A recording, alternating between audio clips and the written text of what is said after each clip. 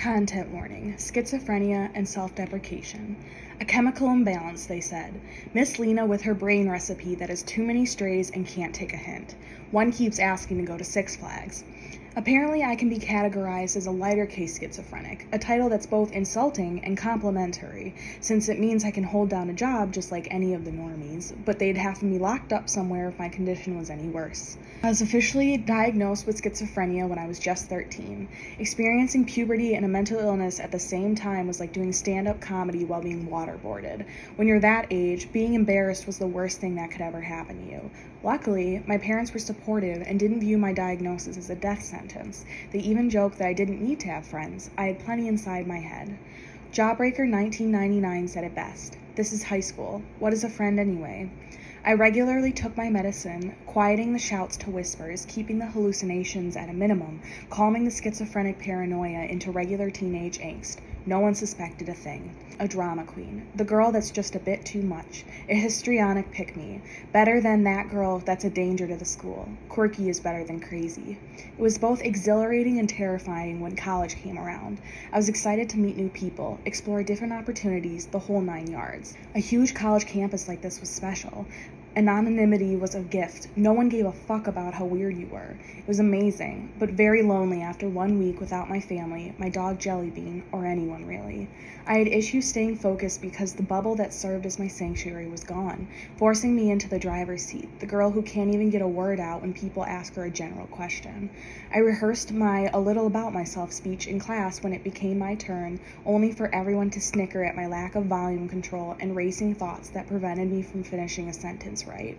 My echo chamber became louder and louder. Without my support system, the headaches were getting stronger. The pressures were all pulsating in my head, my heart, my stomach.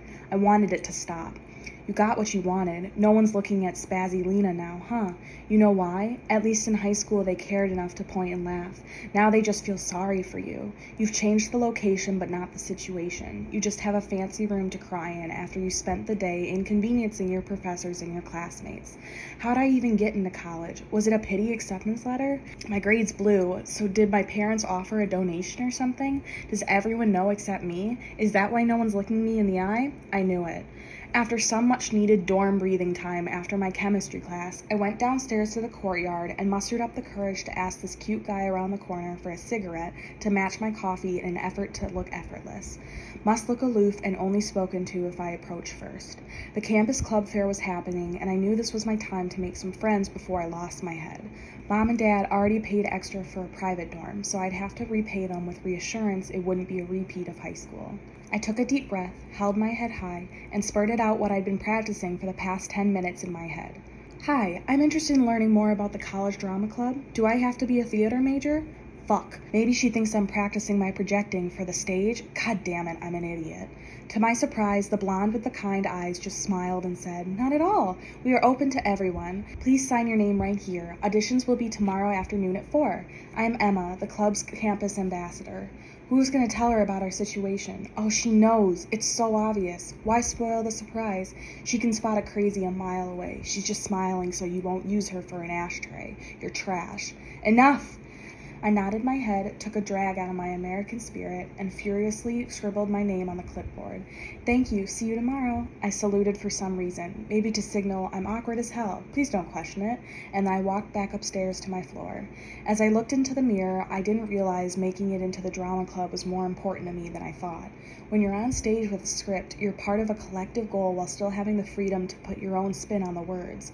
Words, words! I'm always battling tip-of-the-tongue syndrome whenever I have to cultivate a response. I need to get it together. Do I need a stronger medication? Would regular beta blockers even work on me? Right then and there, I decided to save myself the torture of explaining to everyone what having a schizophrenic college student in the club would be like and wrote everything in an email to Emma. I was already dreading the inevitable questions, but I had to drive this into a positive direction if I ever wanted to be successful in, well, anything. And I think that starts with total transparency. I wanted to be forthcoming and explain that all these symptoms, intrusive thoughts, paranoia, affected speech, disorganized behavior, hallucinations, my favorite, can be distressing and disruptive to my daily life, but it doesn't mean I am crazy or abnormal.